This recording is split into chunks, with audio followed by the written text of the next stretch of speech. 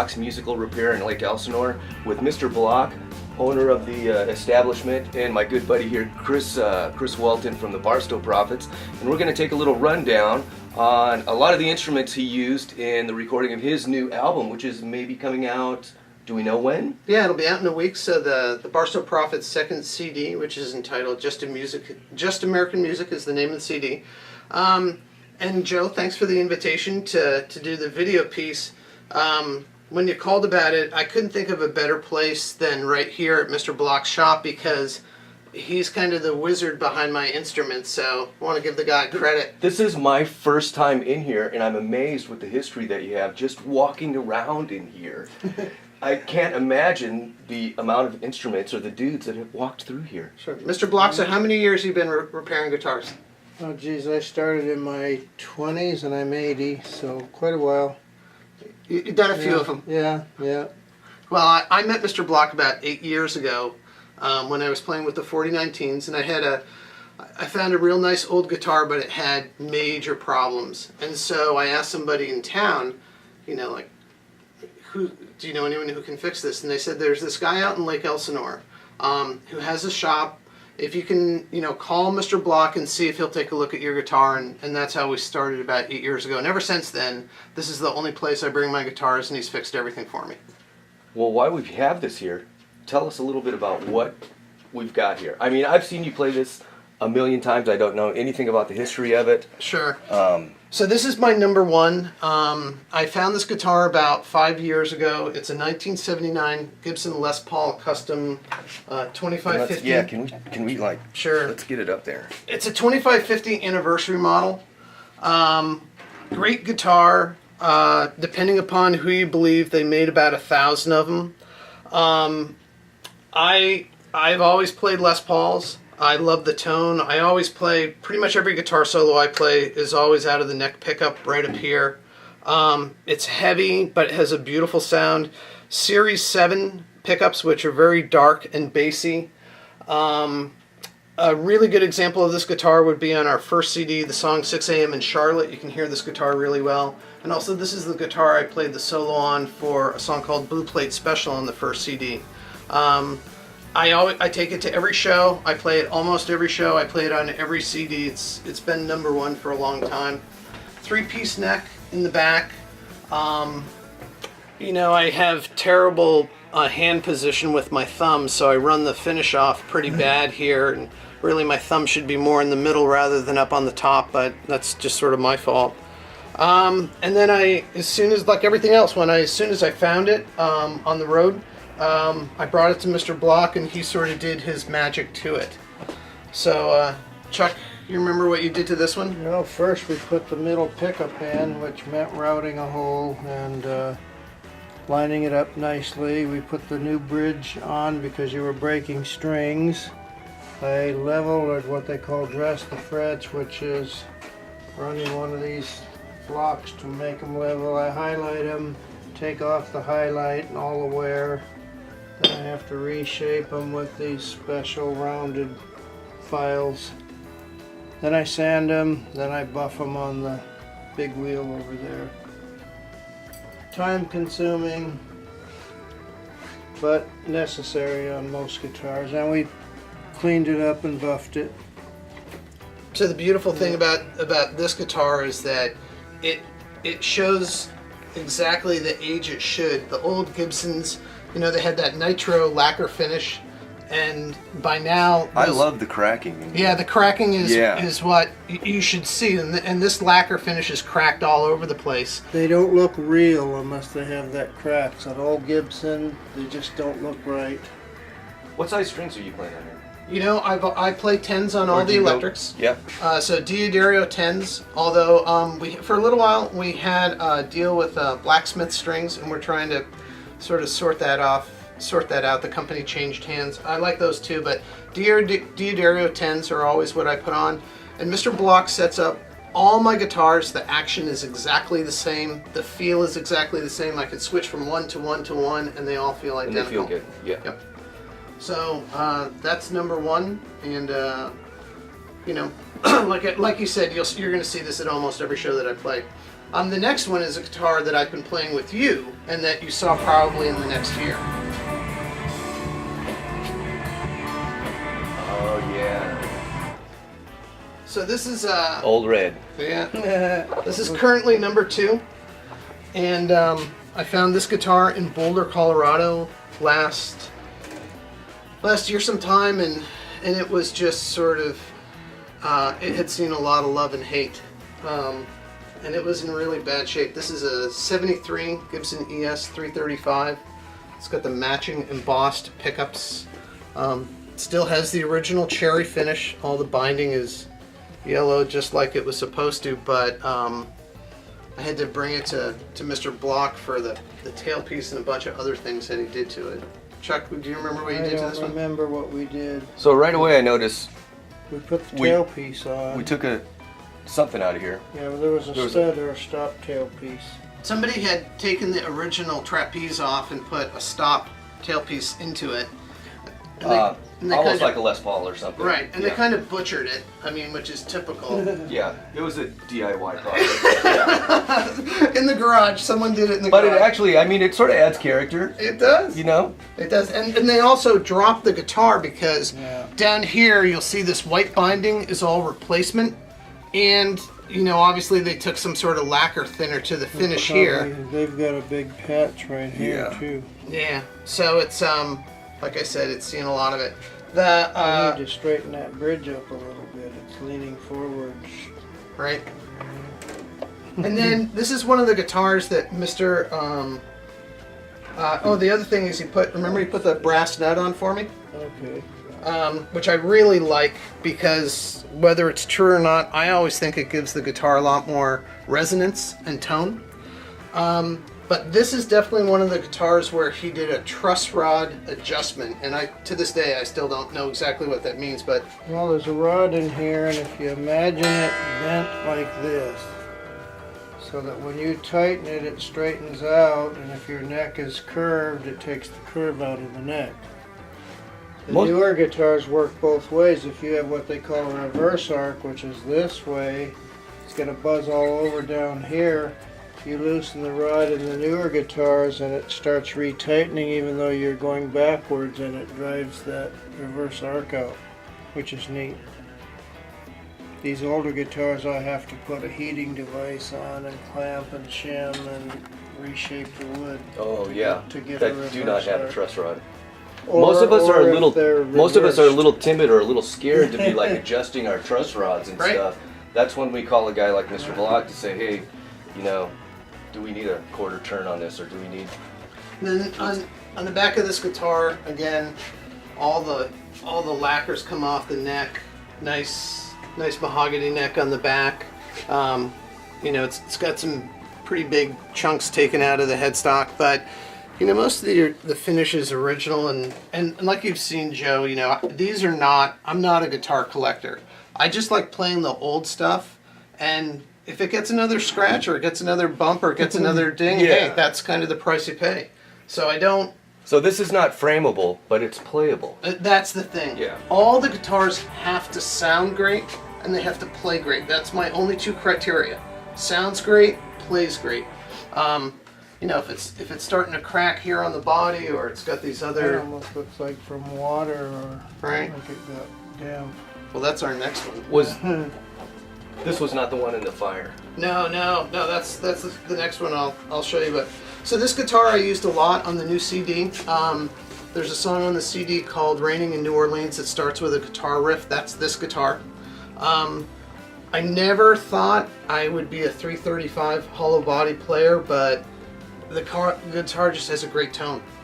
Like for example, when we do your song "Kayla," you know I love to play this guitar on that song. I love this guitar. Yeah. I think this has a beautiful tone. Every time I've heard it, I Yeah. love it. But I do have sort of fascination for 335s too. Right. And These guitars have a solid block of wood down the middle, which lets you play them louder without feedback. yeah. Right. All right. So now I'll show you the guitar that was in the fire. When you're adjusting a neck on a guitar, this little gauge tells me where the arc is and so on. Oh yeah, can we demonstrate that? You put it on here, And I actually want this neck's almost a little straighter than it needs to be. I want this needle straight up is totally level. I want a little bit of arc, so I want the needle over between the red notches. Ooh, this is a short neck. A little shorter. Yeah, we need to readjust this one. It's a little. Yeah, because you want a little. It'll buzz a little bit if it's too straight. So this is a 1963 Gibson ES 125 TDC. T means thin, D means double cutaway, it means dual pickup, and C means cutaway. Same thing, shows exactly the age it should. All the binding is yellow. Nice cherry finish on the back, and that's an old sunburst finish. But if you smell it, the guitar smells like smoke. Nightclubs. Well, we think Yeah. the guitar was in a fire. I was told it was in a house fire, and so we're wondering. We've always wondered if this is water damage from the inside. It looks like water When damage they right put here. the fire out. Right, exactly. It maybe got filled up with water. And so when I brought it to Mr. Block, this pickup was in pieces, and we threw a Tune-O-Matic bridge on it. But the big issue was he wound up having to take the neck off. Remember doing this? Yeah. So he just calls me up one day and says, "Chris, the guitar's going to be a lot of work. Yeah. Tell him what you had to do to the neck." Does this, if I remember, I would have probably put a large drywall screw in there after I forced some glue in. That's the only reason I would do that plug, right? Yep. My memory's not what it used to be, so people ask me, "You don't remember what you did to my guitar 6 months ago?" And I usually tell them I don't remember what I did last week, but I still know how to do it. You find this feeds back a lot more than the 335? Sure, and Yeah. I actually used that. So I was amazed when he sent me pictures where he'd taken the neck completely off, and we found that maybe there was some water damage in the joint, but he was able to rebuild the joint and put it back together, and now the seal on the neck is just unbelievably good. I mean, everywhere, it's just, the work is just incredible on it. I'm trying to remember why I offset that strap button. Because of the way I wear my strap. Okay. Um, But I mean, it's not centered on the back of the heel. Yeah. So, because there's no center block in this, when you go high volume, it will feed back like crazy. So you have to make sure you're faced straight out to the audience. Oh yeah. Because if you turn back You towards don't your want to turn amp, toward your amp or but if you get good, you can actually use that Use your feedback. Use your feedback. So like many times, like I'll play. I love to play this guitar if we're, if the band sort of starts playing blues, if we're playing B.B. King, if we're playing,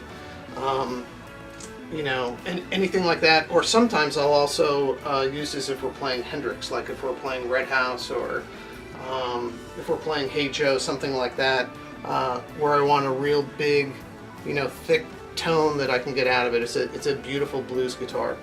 Now, I noticed on here you have the magnets like dialed up really high, just for extra pickup. This pickup doesn't pick up as well as this one because the string vibration's wider over that pickup. So you always see the neck pickup lower than the bridge, and this is just helping get that up. Oh, okay. Because this type of pickup, you can't raise the whole thing with this screw like you can on the newer guitars. So you use the magnets. And this is the only guitar that I have a pickguard on. I don't like pickguards. We can take it off. I know. It's just mentally they get in my way, but for some reason, I think it's because of how high the strings are. Like this pickup has got a spacer underneath it. Right. It just doesn't bother me, but all the other guitars, no pickguards, don't like them. So this is this guitar we used a lot on the first CD. So if you were to hear a song like, for example, Dead Man's Blues, which is that sort of John Lee Hooker song that we play, that's this guitar. The Devil Wears a Skirt, that's this guitar. It's it's just sort of got that great sound to it. What year was this one? This is a 63. This is a 63, and we know that because the hollow bodies are all stamped inside, and it's pretty easy to find the date. So, yep, we've found this up Again, this spacer here is to get that pickup closer to the strings, like I was talking about. Oh yeah. And Mr. Block usually takes out this. There's usually a wooden bridge here, but you can't really dial up the intonation the way you want unless you put the tune-o-matic on. So he's got about 2 million parts here. It's usually not too hard to find something. And I think this is the way to go. Is this because this is just a freestanding bridge? Well, tell me a trick that you use. This will move around, right? If you take your strings out? Yeah, they'll also move if you bump them, but I usually put a piece of sandpaper glued to the bottom this way, you know, to where you would have to physically try to move that with the tension of the strings on it. It'll move if you unstring it. Yeah, it'll come right off. You have to make sure you get it in the right place when you restring it. So, you know, Joe, in pretty much every show we start the shows with maybe 5 or 6 songs where I would usually play a traditional acoustic guitar. But about 5 years ago, I found these Gibson thick acoustic electrics, and now I'm totally sold on them. This is a 1954 ES 150 single pickup, and I found this guitar up in Montebello, California. Brought it to Mr. Block, but we had a problem with it.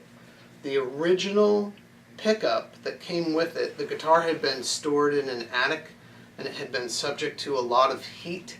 Surprising the finish is still as good. Right, but the plastic within the pickup had melted. So the pickup was dead, and Mr. Block sent it out, and you know, then he did a whole bunch of work to it. What did you do? Well, we put in this replacement pickup, which I wish they'd use 2 screws on one side so it wouldn't wiggle around like that. We changed the capacitor on the tone control, cleaned the pots, did something to the output jack, which is where you plug in. Did we replace this bridge too? It looks like it. Yep. Yeah. Better bridge. Put new buttons on the keys. A lot of Gibsons and Gretches.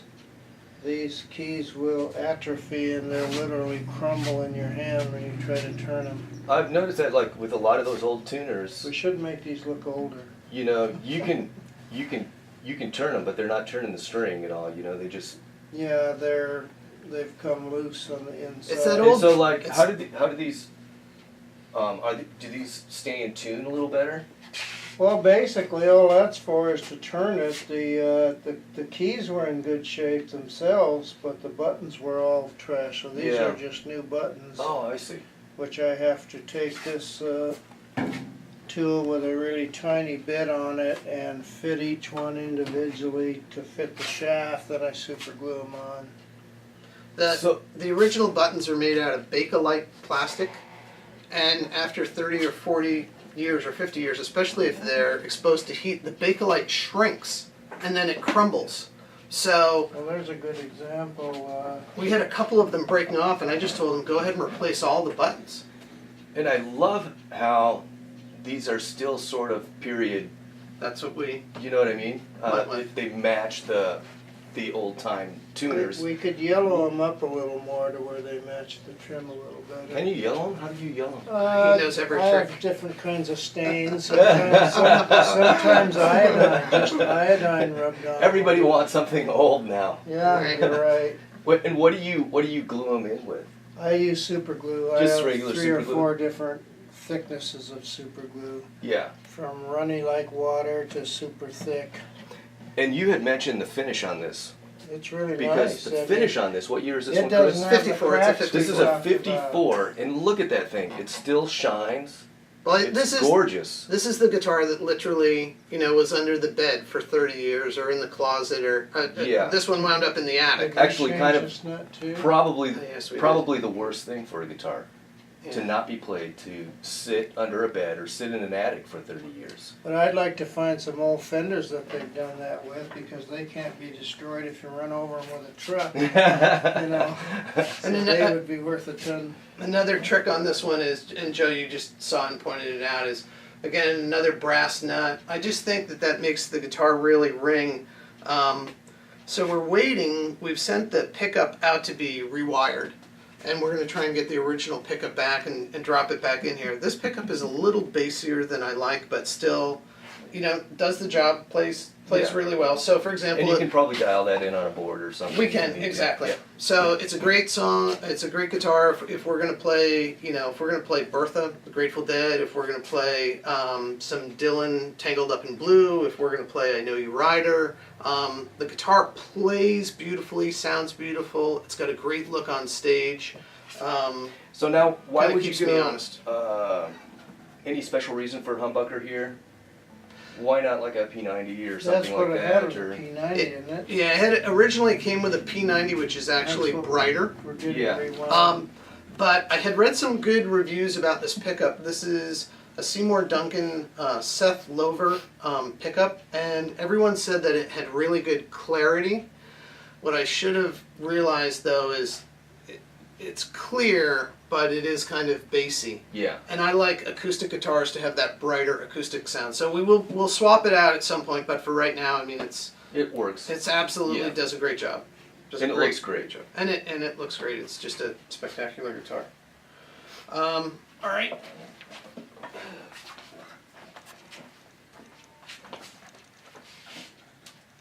This is a 1967 Dobro D12.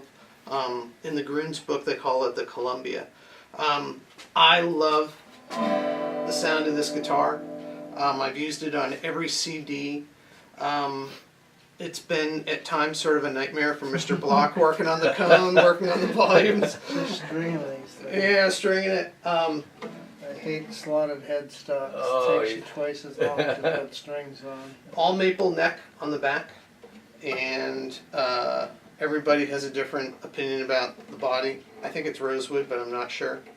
The neck adjustment in the back is interesting, where you can re-angle the neck. Oh, that really is Bring interesting. the neck up to the strings or down. So if you bring the neck, So does this have a truss rod? Yes. Yeah, it has a truss rod, but it's actually like a bolt-on A bolt-on type neck of almost. neck. I'm pretty sure, otherwise it wouldn't have that screw that Yeah. makes it different. You wouldn't see this gap back here either. But that is really unique that you That's- can make yeah. a neck adjustment from the. sure. So what I can do is I can be playing chords like on the new album. I play this on a song called Shamrock. But I can also then drop the neck down, and then I can just get out my glass slide, and I can just play it like a straight up dobro. Oh, that's That's what that's for. That's what that's Oh, for, okay. is to change it. So it's really kind of two instruments in one.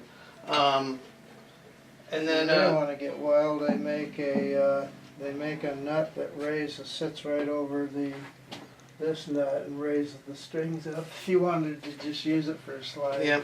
And then what is the assembly inside the cone, Mr. Block? You know, I'm not sure what this one has. They have a variety of them. Some have 3 different deals sitting in there. This one is probably like the one on the door over there. It's really hard to tell. I'm sure this is like that. And then they have a, So it's a single cone. yeah, they have this device that reaches out in every direction and sits on the lip. That one's upside down on the one. It'd be the other Looks way like a little around. hubcap. Yeah. So the device, the main piece is called the spider, right? They have a lot of different terms for those things, and I've seen a lot of different. I just worked on one that had the 3, and it was an incredibly loud, all metal body with engraving all over. Yeah. That which I've seen those. You know, Dobros Dobro's the brand name. This It's one a was a resonator. national. Yeah, It's a resonator resonator. guitars. Yeah. Yep. The resonators, the steel bodies, man, they're just too heavy for me. That's a super heavy instrument. This is pretty light, and this records beautifully. Dave Newton up at his studio, Roller Coaster in Burbank, loves to see this guitar because he just puts a direct mic on it, and then he puts an ambient mic in the back of the room. We never take it electric, and it just has a fantastic sound in the studio. The one thing I find with most of these guitars, they don't have a lot of down angle from the bridge to the tailpiece. And if you don't have a down angle, the strings can almost slip out of the grooves or not have the sound. Same thing with Fender guitars. When they go down the back, you have to use string trees to lower them down. to hold them down, right? So more and more guys are really playing resonators. I mean, we're seeing them all over the place. Right. Mr. Block, are you getting more guys coming in with resonators and saying, "Hey, I something's get up with quite a this thing"? few, but you know, percentage-wise, it's still pretty low. Yeah. Because now that I know that you'll work on these, Yeah. I may be sending people to you. Yeah. I work on almost anything I can take apart. And do a great job at it, that's for sure. So we've had a couple problems with this one with the volume and the tone control. I still don't understand exactly how they work. But, you know, with any old instrument, if he can find a way, like you said, if he can find a way to disassemble it and get his hands into it, Yep. he has, you know, been able to fix everything. Yeah, this one you have to, if I were doing this and the strings were still good and we weren't going to restring it, I would just take the tailpiece off, leave it and just set it aside, because you have to take this whole Take the whole assembly cone out? off to get to those. Yeah. But like I say, restringing one of these is a little bit of an ordeal where they have the, Right, the 12. Yeah. well, let me see this thing. I do have my ways of doing things faster. This is a little deal where you can Oh yeah. wind the strings up Yeah. instead of sitting there for an hour. Well, you can sit there with your fingers and try to get your. Yeah, well, they have hand ones of these too. Yeah. But on a regular guitar, when I'm stringing where the peg's sticking up, I wrap it around 3 or 4 times, stick the string through, and then I have to spend all day winding. It's a nightmare to keep in tune, but once you tune it, it'll usually stay in tune for two or three songs. That's exactly why I don't play 12 string. Right. I can't keep them in tune. I can't tune them, and I don't have the patience to tune them. Right. You know, and honestly, I'm so glad that you take the time to tune your 12 string, because there are so many guys out there that they do not tune their 12 string properly, and it doesn't sound right. When we started the band, Mike Baccarella and I started the band, and Mike's a phenomenal musician, and that is one of his pet peeves. He will not start playing music unless every guitar, every instrument is tuned, which I understand. You know, it's just sort of a basic thing. So, you know, I've had this for a while, and love this guitar. I think personally that having a really good ear or perfect pitch is a curse. It can be. It is, because you can't, like most acoustic guitars, you can't make them play from top to bottom perfectly in tune. It's just like you can't tune a piano perfectly. It's an impossibility, but the range is so wide that you don't hear from the very bottom to the... And we just, you know, for me, I don't have perfect pitch, but I like it to sound good. And you know when it sounds good. You know when it sounds You can tell when you're on or when it's right, you know. But it doesn't need to be perfect. I care more about tone than I do perfect pitch. Yeah. Even singers, I've listened to so many singers that they may not have perfect pitch, but they have such a beautiful tone that it sounds really good anyway. And, yeah. All right, last one I brought today. So I only own 2 Fenders. I'm not a Fender guy. So I own a Strat and a Telecaster. This is a Telecaster. So this is a 1982 neck, which is bolted onto a 2001 body. I call it a Telecaster, but it's really just a broadcaster because it just has the single pickup. Right. There's no neck pickup. But on our first CD, which we call Sister, Well If I'd Known She Was Your Sister, the first song, Little Old You, starts with just this guitar. It's just that opening Telecaster lick, you know, sort of a nod to Keith Richards. Tuned in open G, plays beautiful.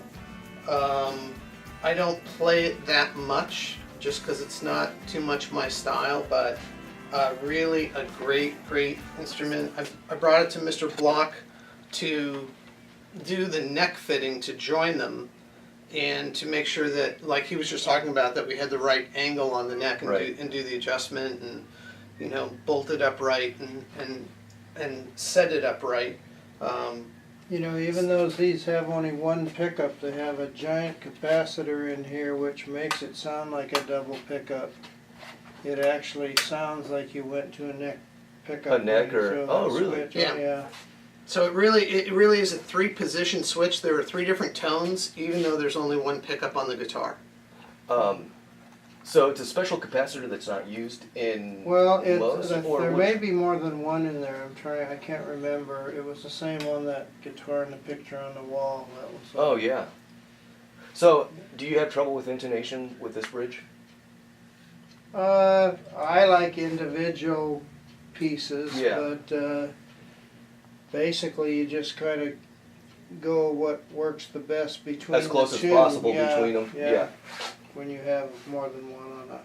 And the only time that you're really going to see me play the Telecaster or my Strat is if my back hurts.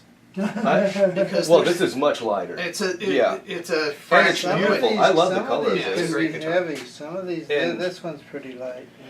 Yeah.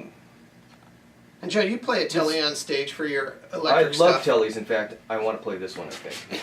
So the next time you get a free Monday night, I expect that you'll be joining me. Bring it on down. Yeah. You got me curious real quick here. Uh-oh. Just take Now we're This is getting what he into does. it. This is Now what he we're does. getting into it.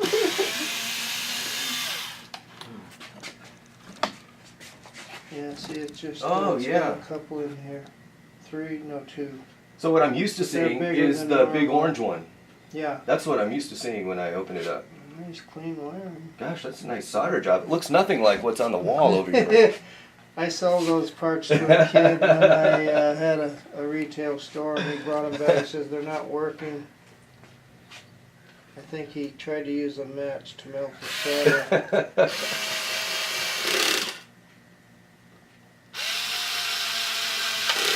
Okay, now we know what's in there. So again, the key with the guitars is this: does it play well? Does it sound good? And then after that, you know, we were just talking before we got started filming and stuff. Like, for some reason, I feel no connection at all to modern instruments. The new guitars, like I really, if you offered me a new Les Paul, I would take it, but I'd never play it. Well, you know, we're getting to be old dudes, so it's like Yeah. the older the better. I think the older the guitar we have, the younger we feel, because we don't feel quite as old as our guitar. Yeah, I don't like the new shiny stuff. It just doesn't feel so good. So we're here with Chuck Block from Block's Musical Repair, and Chuck, man, when I walk around the little shop here, I see so much history, and I know as long as you've been doing this, you've had to have some cool dudes in here and worked on some great projects. Yeah. Why don't you can you give us a little overview about, you know, what's happened in the last, you know, Well, we 60 started years out. or so? We started out in Lawndale, Hawthorne area, and the Beach Boys were customers of ours. Used to rent equipment to do high school dances, and Wow.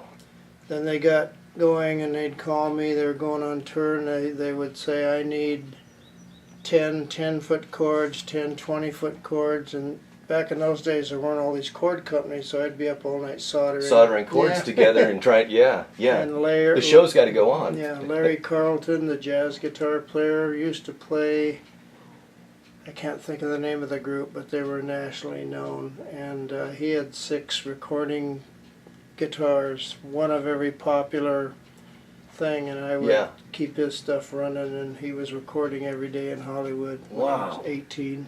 Wow. He let me drive his Harley Sportster with a extended fork.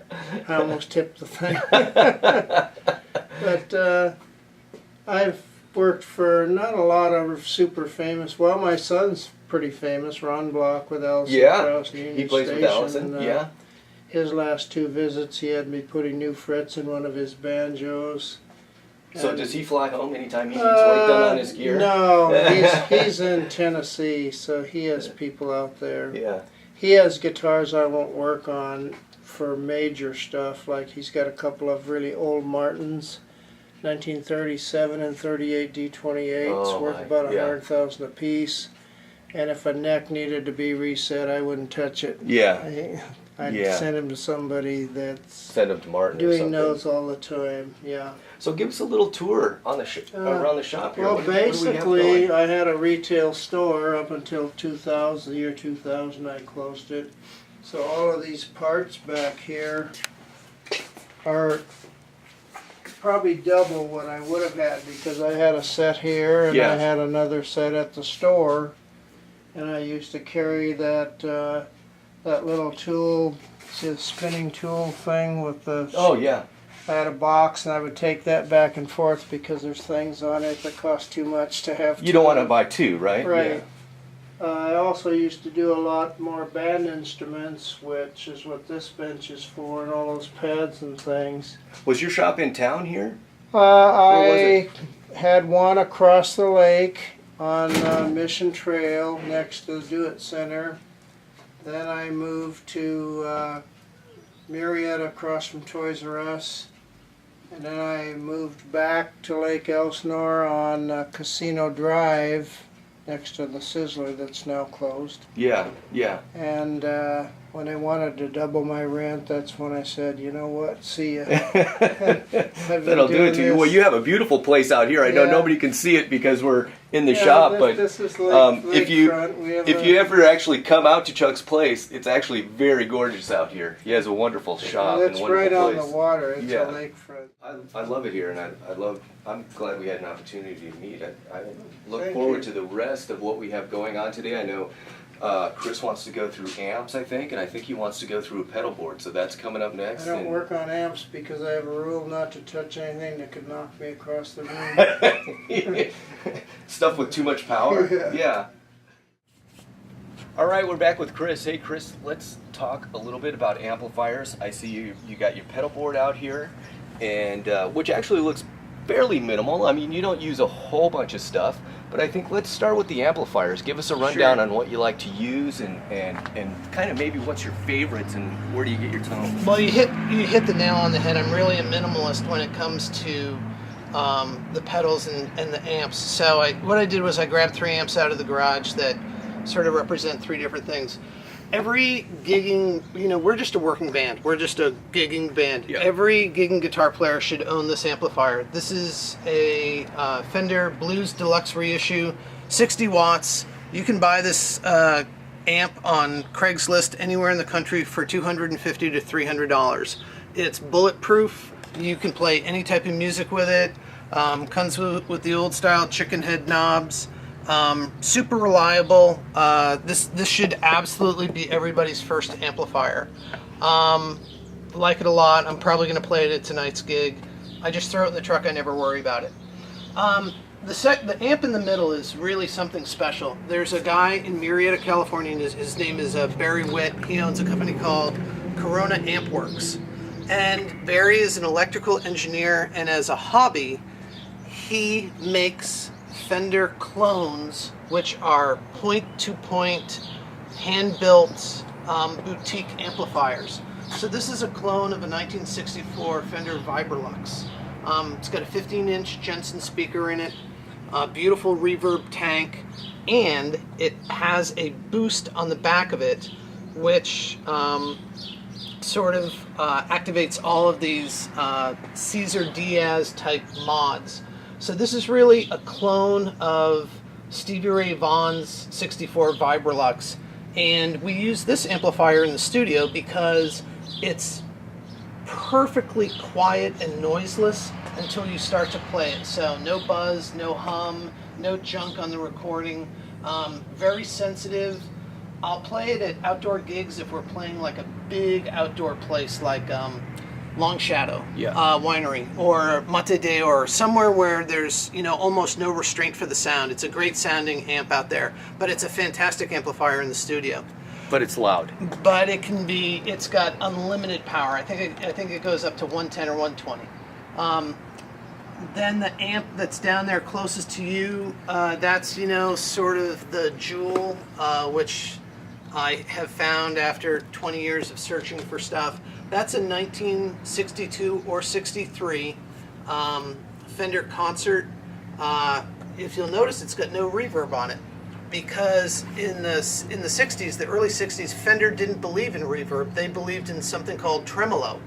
And so it's got the tremolo adjustment over there on the far right-hand side, but no reverb, so I have to use a reverb pedal. It's all original, and it still has the original 2 Jensen 10-inch speakers in the back. All the amplifiers are 2 amps. I don't play solid state. I only play 2. Go ahead and spin it around if you want. So, really great amp. Somewhere along the way, somebody decided to paint it black. I was going to ask about the painting, and actually I'm surprised to hear that Fender did not have reverb in there. Right. Almost every Fender amp I've seen, they had reverb on it. So a reverb really came in for Fender about 1964-65. Before that, they were just, like I said, using tremolo or just straight amplification. And you have to remember how Fender started. Fender was making radios, and radios had tube amps. And then when Leo Fender started to make guitars, he had to amplify the guitar, and they were really just modifying radios that they were making in the factory. Right. And that's why it's the Fender Electric Company. That's how sort of it all started. So amplifiers, this is kind of what I run. I don't like big cabinets. I don't like separate heads. This is more than enough amplifier for me. Then pedals, again, I'm really a minimalistic guy. I always run just a 4-spot pedal board, never more than that. Pedal number 1, the white pedal, the tuner. We talked about the importance of tuning before. Then I always go to just what I call my dirt pedal, the yellow pedal. I've never found anything better than the Super Overdrive. And I just crank the drive or the gain on that about a quarter of the way. I bring the volume up, but I use very little gain, and I'll just use that to get that sort of rock and roll backbeat. Right. The third position, the third pedal, which today is the red pedal, is the one that I use for all my solos and leads. It's usually a distortion or an overdrive. Today it's a distortion, and that's the position that I sort of rotate things out. I really do like this red MXR 78 Badass. It's a really fantastic pedal. But I also brought 2 other ones that I put in that position. The black pedal is an Option 5 Overdrive 2, and that is just an absolutely fantastic overdrive pedal. The company Option 5 is out of Indiana. This brilliant guy, Jay Woods, builds all the pedals, owns all the pedals. I've met him at NAMM a couple times. Super smart guy. Makes the really high quality product. And then the white box that you have there, the Route 66, if you can find one of those, let me tell you, buy it. Johnny Lang uses this on his tours. So on the right hand side, the red light is really just a Ross compressor.